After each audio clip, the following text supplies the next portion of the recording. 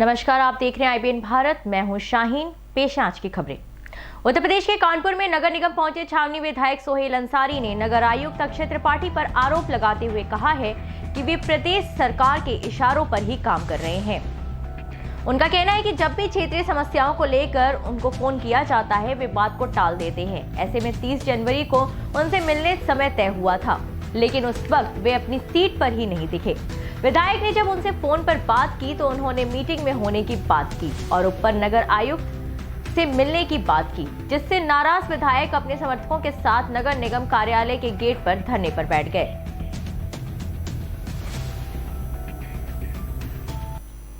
उत्तर प्रदेश के भदोही में विश्व हिंदू सेवा संघ के अध्यक्ष गंगेश तिवारी ने जिलाधिकारी को ज्ञापन सौंपा। भगवानपुर कन्हेरी को सांसद जया बच्चन ने गोद लिया, जो एक आदर्श गांव के रूप में जाना जाता है। गांव वालों का कहना है कि यहाँ बहुत से काम विकास के किए गए हैं, लेकिन 4 साल पहले यहाँ एक सीसी रोड का निर्माण के लिए 97 लाख रुपए की स्वीकृति ली गई थी, लेकिन वह गिट्टी छोड़ के ठेकेदार भाग गया, जिसकी वजह से आज तक 1 किलोमीटर लंबा रोड नहीं बन पाया है, जिससे यहाँ के लोगों को आने जाने में काफी दिक्कतों का सामना करना पड़ता है। इसी विषय को लेकर विश्व हिंदू सेवा संघ के जिला अध्यक्ष गंगेश तिवारी ने जिलाधिकारी को ज्ञापन सौंपा और साथ में शेखर तिवारी, BDC अवधेश तिवारी, वैभव दुबे, त्रिलोकी नाथ और अन्य लोग भी मौजूद रहे। उत्तर प्रदेश के हाथरस कांड में शामिल एक आरोपी रामू ने कोर्ट में अपनी जमानत अर्जी डाली थी, जिसे न्यायालय ने पूरी तरह से खारिज कर दिया है। आपको बता दें कि बहुचर्चित कथित गैंगरेप मामले में शुक्रवार को जिला न्यायालय में सुनवाई हुई थी। इसके मुख्य मामले की अगली सुनवाई 11 फरवरी को होनी है। वहीं शुक्रवार को एक आरोपी रामू की जमानत अर्जी पर भी बहस हुई थी, जिसका फैसला शनिवार को आया है। कोर्ट ने रामू की जमानत की अर्जी को खारिज कर दी है।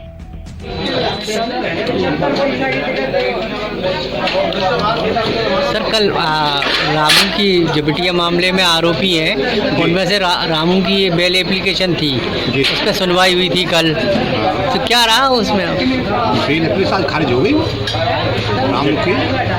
क्यों मतलब ये तो क्या बहस हुई और क्या मतलब निष्कर्ष निकला उसका? खारिज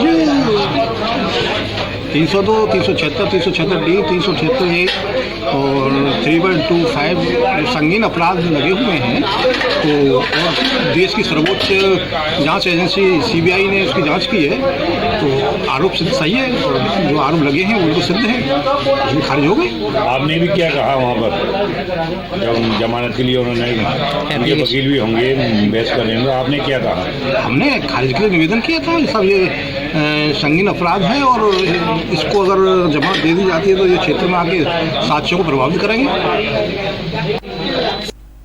उत्तर प्रदेश के आजमगढ़ में मां की अलौकिक झांकी के दर्शन के लिए श्रद्धालुओं की भारी भीड़ उमड़ पड़ी। मंदिर को एक दिन पहले से ही कुछ इस तरह से सजाया गया था कि कार्यक्रम से अनजान लोगों की भी नजर पड़ी तो उनके कदम वहीं रुक गए।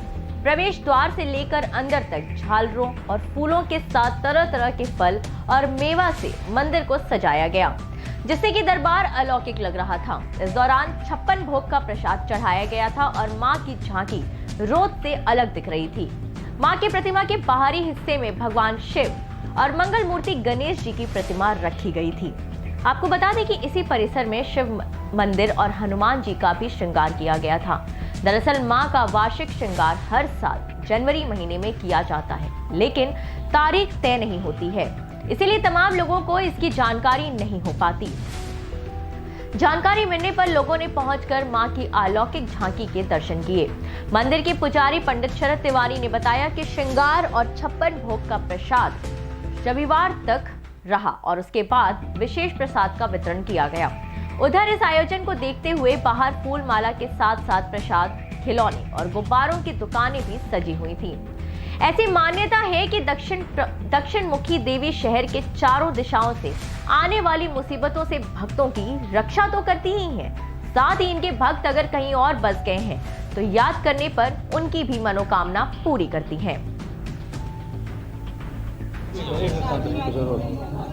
सर, अपना नाम बताइए। मैं शरद तिवारी, पुजारी दक्षिण मुखी देवी मंदिर आजमगढ़। सर आज किस तरीके का किस तरीके की मंदिर में आज प्रतिक्रिया दी गई है? ये जनवरी में एक वार्षिक श्रृंगार होता है, 2 दिन का 2 दिवसीय श्रृंगार होता है, जिसमें भव्य सजावट होती है। माता रानी का दिव्य सजावट होती है उनकी, और बहुत दूर दूर से ये दर्शन पाने के लिए लोग बहुत दूर दूर से आते हैं, कई ज़िलों से आते हैं। लोगों को इंतज़ार रहता है कि कब जनवरी आए और कब माता जी का दिव्य दर्शन प्राप्त हो। और जब ये सजावट होती है, माता रानी का जब ये भव्य श्रृंगार होता है, तो कहा जाता है कि माता रानी का श्रृंगार देखने के लिए सारी शक्तियाँ सब एकत्रित हो जाती हैं एक जगह, जिससे बहुत ही लोगों को लाभ मिलता है। क्योंकि सारी शक्तियाँ एक जगह जब रहती हैं तो सारी शक्तियों का आशीर्वाद लोगों को प्राप्त होता है। अच्छा, जैसे कि सर आज 56 भोग लगाया गया है और माता रानी का बहुत ही सुंदर श्रृंगार किया है। बहुत ज़्यादा उत्साह है, और सुबह जब आरती के समय तो बहुत सारी भीड़ थी, बहुत ज़्यादा भीड़ थी, और सैकड़ों लोग यहाँ पर उपस्थित थे, लालायित थे उनका दर्शन पाने के लिए, दिव्य दर्शन पाने के लिए। और सभी लोग दर्शन पाकर बहुत ही लाभान्वित हुए, और बहुत अच्छी जो है लोगों के चेहरे पर खुशियाँ झलक रही थी, और सजावट देखकर लोग बहुत तारीफ़ कर रहे थे। अच्छा, मान्यता क्या है? कहते हैं कि वैसे तो दक्षिण मुखी क्या जो भी मान्यता। बिल्कुल, दक्षिण मुखी एक तांत्रिक मंदिर होता है, और हम लोग इस 5वीं पीढ़ी में हैं। और हमारे जो पहली पीढ़ी के जो थे बाबा यानी परदादा के दादा, वो उनके तब से माता रानी प्रकट हुई थी और यहाँ पर मंदिर का निर्माण पूरा करवाए। ये 2 दिन तक रहेगा, आज और कल, यानी सैटरडे और संडे, शनिवार रविवार 2 दिन तक ये श्रृंगार रहेगा। और मेरी आप लोगों से भी बहुत गुजारिश है कि इसे ज़्यादा से ज़्यादा लोगों तक शेयर करें, ताकि और लोग लाभान्वित हो सकें। आजमगढ़ की जनता इस दिन का बड़े ही अजीब तरीके से इंतजार करती है कि माता जी का जब 56 भोग का आरती होगा तो हम उसमें विराजमान होंगे, हम उनका दर्शन करेंगे और उनका आशीर्वाद प्राप्त करेंगे। और हमारे महंत जी जो हैं इसको बड़ी ही भव्य तरीके से इसकी तैयारी करते हैं, और तैयारी करके माता जी द्वारा आजमगढ़ की जनता को और दूर दूर से जो भी आए हुए श्रद्धालु होते हैं उनको आशीर्वाद दिलाते हैं। उत्तर प्रदेश के आजमगढ़ में सिधारी थाना क्षेत्र के जयरानपुर में अंबेडकर प्रतिमा स्थापना की मांग को लेकर ग्रामीणों ने जुलूस निकालकर प्रदर्शन किया। ग्रामीणों का आरोप है कि जिला प्रशासन की ओर से बार बार मांग करने के बाद भी प्रतिमा स्थापना की अनुमति नहीं दी जा रही है।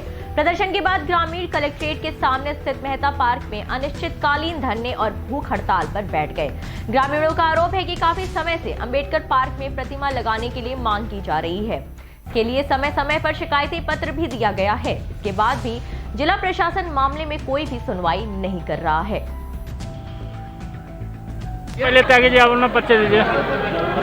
मैं लाल बहादुर त्यागी, प्रदेश अध्यक्ष बहुजन मुक्ति पार्टी।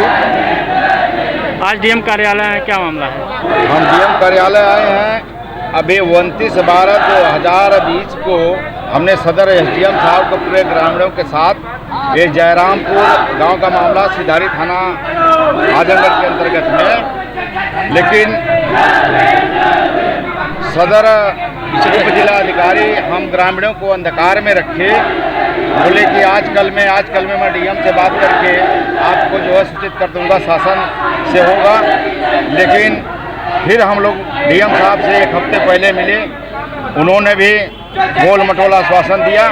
लेकिन आज गांव के काफ़ी लोग उत्तेजित हैं। बाबा साहब की प्रतिमा को लेकर के आज 8 वर्षों से एप्लीकेशन शासन प्रशासन को दिया जा रहा है, लेकिन अभी तक कोई शासनादेश जारी नहीं किए, न कोई अनुमति दी।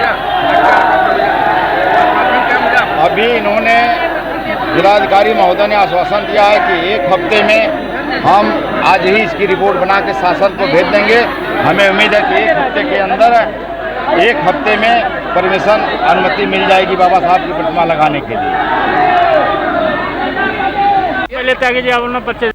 उत्तर प्रदेश के बहराइच में तैनात इंस्पेक्टर की कोरोना वायरस से मौत के मामले में शासन ने मृतक के परिजनों को 50 लाख की आर्थिक सहायता दी है।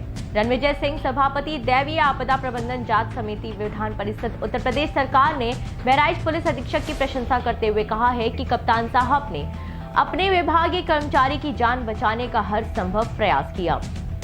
इसके साथ ही जो विभागीय मदद हो सके अपने विभाग द्वारा कलेक्शन करके 30 लाख रुपए मृतक की पत्नी पूजा मिश्रा को दिया। उन्होंने बताया कि शासन द्वारा भी इन्हें 50 लाख रुपए की धनराशि अकाउंट में डलवा दी गई है। साथ ही मुख्यमंत्री योगी आदित्यनाथ से विनती करने की बात कही कि जल्द ही इनके परिवार से मृतक आशीष में किसी की सेवा का अवसर प्रदान करें। हाँ सर, आज आपने श्री मनोज कुमार मिश्रा इंस्पेक्टर थे यहाँ बहराइच में। कोविड संक्रमण के दौरान ड्यूटी के समय ही उन्हें कोविड का संक्रमण हो गया था और हम सब लोगों के लिए दुखद है कि कोविड के कारण उनकी दुखद निधन हो गया था। लेकिन पुलिस अधीक्षक बहराइच की हम जितनी भी प्रशंसा करें वो कम है कि अपने कुलीन साथी इंस्पेक्टर मनोज कुमार मिश्रा के बचाव के लिए भी उन्होंने विशेष प्रयास किया। लखनऊ भेजा, पैरा मेडिकल कॉलेज और फिर वो पीजीआई भी संभवतः गए, लेकिन ईश्वर को नहीं मंजूर था और वो आज हम लोगों के बीच में नहीं है। तो विभागीय सहायता भी अपने कर्मचारियों के कलेक्शन से कप्तान साहब ने करके इन्हें 23 लाख रुपए उनकी धर्मपत्नी पूजा मिश्रा को उपलब्ध कराया था। शासन की नीति के अनुसार शासन द्वारा भी इन्हें 50 लाख रुपए की धनराशि इनके खाते में मुहैया करा दी गई है और उसी का चेक और प्रति की कॉपी आज हम इन्हें सौंपने आए थे और मृतक परिवार को ढाढ़स भी बंधाने आए थे। आगे मैंने इनका प्रार्थना पत्र लिया है। इनके अनुसार, इनकी योग्यता के अनुसार उत्तर प्रदेश के माननीय यशस्वी मुख्यमंत्री योगी आदित्यनाथ जी से मैं आग्रह करूंगा कि जल्द ही इस परिवार को, मृतक आश्रित को सेवा का अवसर प्रदान किया जा सके। उत्तर प्रदेश के बहराइच में कुछ हत्यारों ने फकरपुर इलाके में एक युवक की गला रेत कर हत्या कर दी और उसके शव को सड़क किनारे सुनसान जगह पर फेंक दिया। मौके पर पहुंची पुलिस ने शव को कब्जे में लेकर पोस्टमार्टम के लिए भेज दिया है। फिलहाल मृतक की शिनाख्त अभी नहीं हो पाई है। इस मामले में अपर पुलिस अधीक्षक कुंवर ज्ञानेंद्र सिंह का कहना है कि हत्या के हर पहलुओं की जांच की जा रही है और जल्द ही इस घटना का अनावरण भी किया जाएगा। इस घटना से इलाके में सनसनी फैल गई। थाना क्षेत्र में मरौचा एक कस्बा है, उससे बौड़ी की तरफ जाने वाली रोड पर एक व्यक्ति के गला काट करके हत्या हुई है और उसके बगल में शराब की दुकान भी है। व्यक्ति की अज्ञात व्यक्ति है, उसकी शिनाख्त अभी नहीं हो पाई है। पूरे प्रकरण में एफआईआर दर्ज करे उसकी शिनाख्त की कार्रवाई की जा रही है। अतिशीघ्र उसकी शिनाख्त करा करके घटना का अनावरण किया जाएगा और जो भी विधिक कार्रवाई होगी की जाएगी। थाना क्षेत्र में मरौचा एक कस्बा है, उससे बौड़ी की तरफ जाने वाली रोड पर एक व्यक्ति के गला काट करके हत्या हुई है और उसके बगल में शराब की दुकान भी है। व्यक्ति की अज्ञात व्यक्ति है, उसकी शिनाख्त अभी नहीं हो पाई है। पूरे प्रकरण में एफआईआर दर्ज करे उसकी शिनाख्त की कार्रवाई की जा रही है। अतिशीघ्र उसकी शिनाख्त करा करके घटना का अनावरण किया जाएगा और जो भी विधिक कार्रवाई होगी की जाएगी। थाना क्षेत्र उत्तर प्रदेश के बहराइच में भारतीय किसान यूनियन के पदाधिकारियों ने प्रदर्शन कर मांगों का ज्ञापन एसडीएम सदर को सौंपा। आपको बता दें कि वो लगातार तीनों काले कानूनों को वापस लिए जाने की मांग कर रहे हैं। इस दौरान उन्होंने सरकार पर भी गंभीर आरोप लगाए। आंदोलन में हुए हिंसा को सरकार की साजिश करार दिया और कहा है कि ये सरकार इसलिए करना चाहती है ताकि दिल्ली में आंदोलन खत्म हो जाए। इस संबंध में जानकारी देते हुए भारतीय किसान यूनियन के सदर अध्यक्ष राम गोपाल प्रजापति ने बताया कि जो 3 कृषि कानून के अध्यादेश लाए गए थे उसी के खिलाफ दिल्ली में अनिश्चितकालीन धरना चल रहा है। उसके बाद जो दिल्ली में हुआ उस मामले में पुलिस ने हमारे राष्ट्रीय अध्यक्ष के ऊपर मुकदमा लिखा है और गिरफ्तारी का प्रयास किया जा रहा है। उन्होंने ये भी कहा कि अगर गवर्नमेंट कृषि बिल वापस नहीं करती है तो यह धरना चलता रहेगा। यूनियन टिकैत से मैं तहसील अध्यक्ष सदर रामगोपाल प्रजापति। ये धरने का मेन उद्देश्य है कि केंद्र सरकार द्वारा जो 3 कृषि अध्यादेश लाए गए हैं उसी के खिलाफ दिल्ली में जो 2 महीने से ज़्यादा हो गया अनिश्चितकालीन धरना चल रहा था। उसके बाद जो दिल्ली में हुआ, फिर पुलिस ने हमारे राष्ट्रीय अध्यक्ष के खिलाफ मुकदमा लिखा है, गिरफ्तारी का प्रयास किया जा रहा है, किसानों के अधिकारों का हनन किया जा रहा है। उसी को लेकर अगर कृषि बिल वापस नहीं करती है गवर्नमेंट तो अनिश्चितकालीन धरना चलता रहेगा। ये दिल्ली में हुई घटनाओं के बारे में क्या कहना है आपका? दिल्ली में जो घटना हुई वो तो साजिश है। किसकी? गवर्नमेंट की साजिश है, सरकार की साजिश है। उसमें साजिश के तहत केवल किसान आंदोलन को खत्म करने के लिए ऐसा साजिश किया गया है कि जिससे किसान आंदोलन खत्म कर दे और वापस चला जाए। यदि आपकी बात नहीं मांगेगी तो क्या होगा? अनिश्चितकालीन धरना चलता रहेगा जब तक कानून वापस नहीं होगी तब तक। अभी तो हम 10 हैं, उसके बाद हर घर से किसान निकलेगा और सड़क से लेकर दिल्ली तक हम जाम करेंगे। यूनियन उत्तर प्रदेश के कौशाम्बी में तेज रफ्तार डंपर ने बाइक सवार 2 लोगों को टक्कर मार दी। इस हादसे में शकील अहमद की मौके पर ही मौत हो गई और दूसरे युवक आसिफ की हालत गंभीर बताई जा रही है। मौके पर पहुंची पुलिस ने ग्रामीणों की मदद से घायल युवक को जिला अस्पताल में भर्ती कराया। वहीं पुलिस ने शकील के शव को कब्जे में लेकर पोस्टमार्टम के लिए भेज दिया है। क्या हुआ था? यह एक लड़का से मिल के बस अड्डे से। किस लड़के से मिलने गए थे? शमशाद से जी। वो पंजाब जा रहा था, उससे मिल के वापस आ रहे थे आसिफ और शकील अहमद। इस सईते के पास जो है डंपर वाला ने मार दिया। फिर आसिफ दर पे ख़त्म हो गया। शकील के चोट हाथ में लगी है, टूटा हुआ है, सर फटा है। और डंपर वाला छोड़ के भाग गया। पुलिस वाले बता नहीं रहे हैं। अपना नाम बता दिए। मेरा नाम शफीक अहमद। क्या हुआ था? मध्य प्रदेश के उन्हेल थाना क्षेत्र से चकलोन सांप के 4 तस्करों को पुलिस ने गिरफ्तार कर लिया है। वहीं एक आरोपी अभी भी फरार है। दरअसल चिमनगंज थाना पुलिस ने चकलोन सांप की तस्करी करने वाले एक समूह को गिरफ्तार कर लिया है। इनके पास से चकलोन सांप और 2 मुंह वाले सांप बरामद किए गए हैं। यह सांप तंत्र क्रिया और दवाइयों में इस्तेमाल किए जाते हैं। इनकी कीमत लगभग 1.5 से 2 करोड़ रुपए है। जो हमने कुछ दिन पूर्व 2 आरोपियों को शेर की खाल के साथ पकड़ा था, उन्हीं से लगातार पूछताछ करने पर हमने एक चेन बनाई थी आरोपियों की और उस चेन के थ्रू हमें ये आरोपी पकड़ाए जिनके पास में चकलोन थी। ये चकलोन के तस्कर हैं। हमने इनको जब गिरफ्तार किया तो पता लगा कि ये चकलोन लगभग 3 किलो से ऊपर की है और इसकी इंटरनेशनल कीमत 1.5 करोड़ 2 करोड़ से ऊपर की आकी जा रही है। वन विभाग को सौंप दिया गया। आगे की कार्रवाई कोर्ट और वन विभाग द्वारा की जाएगी। अभी हमने और भी इन्वेस्टिगेशन जारी रखा है।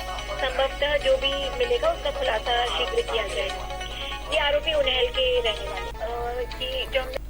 उत्तर प्रदेश के संभल में एक शराबी पति ने अपनी पत्नी पर पेट्रोल डालकर आग लगा दी। इस हादसे में पत्नी आग से बच गई, लेकिन उनकी 6 साल की बेटी आग में बुरी तरह झुलस गई। पत्नी की तहरीर पर पुलिस ने केस दर्ज कर आरोपी को हिरासत में ले लिया है। वहीं गंभीर हालत में झुलसी मासूम को प्राथमिक इलाज के बाद हायर सेंटर रेफर कर दिया गया है। शराब पी के आग दी इसमें। अच्छा, कितने बच्चे हैं उसके? एक ही लड़की लड़का और है। क्या करता है वो वैसे? वो खेती भी करता है। किस टाइम की बात है ये? ऐसे हो गई 2:30-3 बजे करीब बात। अब उसको पुलिस ने गिरफ्तार किया? क्या किया? हाँ। अच्छा, तो ये कब से पीता है शराब? बहुत दिन हो गए। और बीवी वगैरह है इसकी? है। उसे ही मार ट्राई करता था क्या? हाँ। तो आज क्या हुआ, ऐसा क्यों डाला इस पर बच्ची पे? वो तो मतलब जब भी शराब पीता था ये ड्रामा करता है। तो ये क्या डाला आज बच्ची पे? पेट्रोल डाला था ऊपर से। किसी और पे डाले? इसी पर? नहीं, इसी पे डाला। तो लड़की को क्यों जलाने की कोशिश कर रहा था? क्यों कर रहा था लड़की को?